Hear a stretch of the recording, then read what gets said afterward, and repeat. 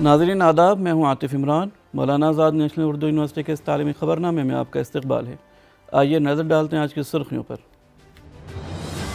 تعلیمی نظام میں تحقیق کی حوصلہ افزائی کی جانی چاہیے، صدر جمہوریہ کا خطاب۔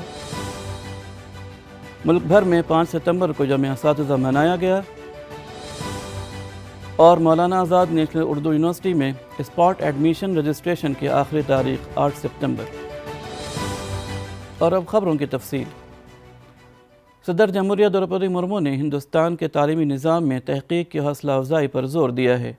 پونے میں سمبیوسس انٹرنیشنل یونیورسٹی کے 21ویں کانوکیشن سے خطاب کرتے ہوئے انہوں نے کہا کہ ہندوستانی ریسرچ اسکالرز قومی مسائل کو حل کرنے کی صلاحیت رکھتے ہیں۔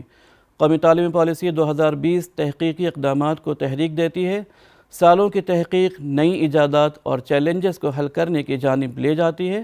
صدر جمہوریہ نے طلبہ پر زور دیا کہ وہ مادی املاک سے بالاتر ہو کر بہترین کارکردگی کا مظاہرہ کریں اور کامیابی کے حقیقی معنی کو سمجھیں۔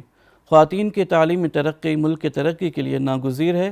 انہوں نے مزید کہا کہ علم کو سماجی ترقی کے لیے اور خاص طور پر پسماندہ طبقات کی فلاح کے لیے استعمال کریں۔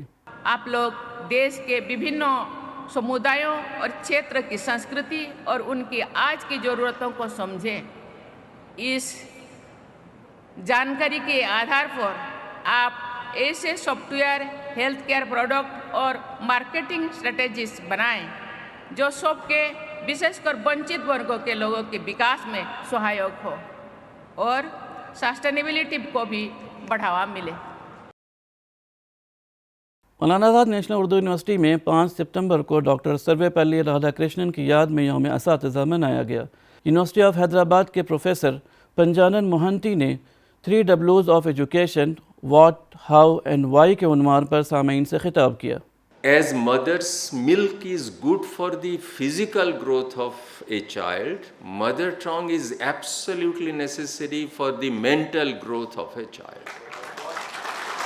مولانا آزاد نیشنل اردو یونیورسٹی کے وائس چانسلر پروفیسر سید انور حسن نے صدارتی خطاب میں کہا، یہ انسٹیٹیوشن جو ہے وہ ظاہر ہے ایک الگ سے انسٹیٹیوشن اسی وقت دکھائی دے گا جب ہم مؤدبانہ گفتگو کریں گے، ایک دوسرے کا احترام کریں گے، چاہے وہ کلاس روم ہو یا کلاس روم کے باہر آپ ہوں، کوئی بھی ہو، بزرگ ہو، خرد ہو، ہم اس تہذیب کو اپنے ہاتھوں سے جانے نہ دیں اور اپنے آپ کو دکھائیں کہ واقعی ہم ایک انسٹیٹیوشن ہیں۔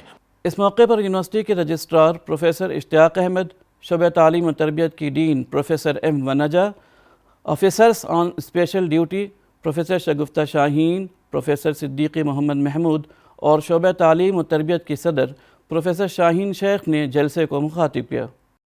اس موقع پر یونیورسٹی کے اساتذہ، غیر تدریسی عملہ اور طلبہ نے کثیر تعداد میں شرکت کی۔ متحدہ عرب امارات کے ابوظہبی میں Indian institute of technology Delhi کے پہلے بین الاقوامی کیمپس کا افتتاح عمل میں آیا۔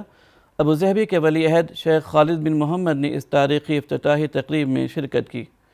یہ ابوظہبی کے تحقیق اور ترقی کا عالمی مرکز بننے کے سفر میں ایک اہم قدم ہے۔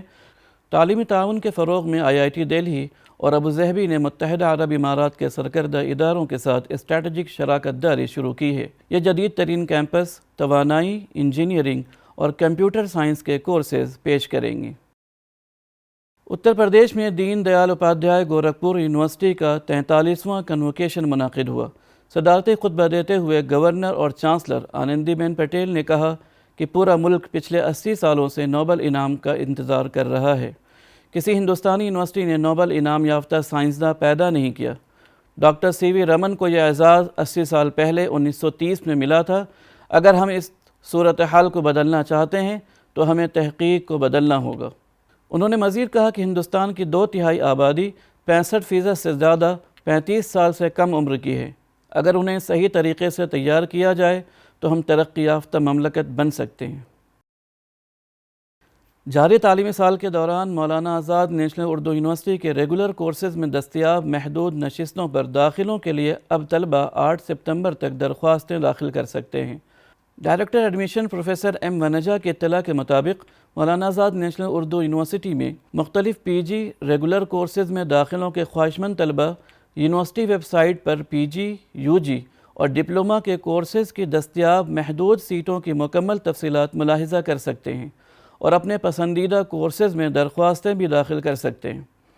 اس مقصد کے لیے یونیورسٹی کی ویب سائٹ پر طلبہ 8 ستمبر تک اپنے کورسز کا نیا رجسٹریشن کروا لیں۔ ایسے امیدوار جنہوں نے پہلے درخواست جمع کی تھی لیکن انہیں داخلہ نہ مل سکا، وہ بھی دوسرے کسی کورسز کے لیے دوبارہ درخواست دے سکتے ہیں۔ امیدوار تمام دستاویزات کے ساتھ یونیورسٹی کیمپس کے متعلقہ شعبہ جات میں 10 ستمبر 2024 کو صبح 10 بجے تا شام 5 بجے تک شخصی طور پر رپورٹ کریں۔ منتخب امیدواروں کی فہرست 12 ستمبر کو جاری کی جائے گی۔ طلبہ کو 14 تا 16 ستمبر تک فیس جمع کرنے کا موقع ملے گا۔ دستیاب سیٹوں کی مکمل تفصیلات یونیورسٹی کے ویب سائٹ پر دستیاب ہیں۔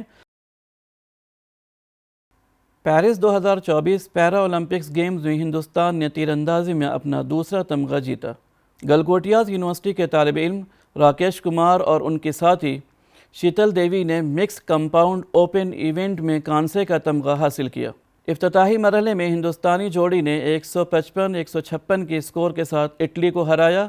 ریڑھ کی ہڈی کے چوٹ کے بعد راکیش کمار کا ویل چیئر سے پیرا اولمپکس میڈلسٹ تک کا سفر کافی متاثر کن رہا۔ اس کامیابی کے لیے وزیر اعظم نریندر مودی نے ٹویٹ کر کے مبارکباد دی ہے اور اسے قوم کے لیے ایک قابل فخر لمحہ قرار دیا ہے۔ برطانیہ کی ساؤتھ ایمپٹن یونیورسٹی ہندوستان میں اپنا کیمپس قائم کرے گی۔ انجینئرنگ اور مینجمنٹ سمیت مختلف کورسز کی تدریس جولائی 2025 سے شروع ہوگی۔ مرکزی وزیر تعلیم دھرمیندر پردھان نے اسے تعلیم کے بین الاقوامی بنانے کی جانب ایک اہم قدم قرار دیا۔ UGC ریگولیشن 2023 کے مطابق انجینئرنگ اور مینجمنٹ سمیت مختلف پروگرامز میں کیمپس کھولے جانے کا امکان ہے۔ مرکزی حکومت نے اس سلسلے میں لیٹر آف انٹینٹ یونیورسٹی کے نمائندوں کو سونپ دیا ہے۔ یونیورسٹی کی جانب سے business management, computing, law, engineering سمیت کئی اسٹریمز کے کورسز پڑھائے جائیں گی۔ آئیے آخر میں پھر ایک بار نظر ڈالتے ہیں آج کی سرخیوں پر۔ تعلیمی نظام میں تحقیق کی حوصلہ افزائی کی جانی چاہیے، صدر جمہوریہ کا خطاب۔ ملک بھر میں 5 ستمبر کو جمع اساتذہ منایا گیا۔ اور مولانا آزاد نیشنل اردو یونیورسٹی میں اسپاٹ ایڈمیشن رجسٹریشن کی آخری تاریخ 8 ستمبر۔ آج کی خبروں میں فی الحال اتنا ہی۔ آئندہ بلیٹن میں آپ سے پھر ملاقات ہوگی، تب تک کے لیے دیجیے اجازت۔ آداب۔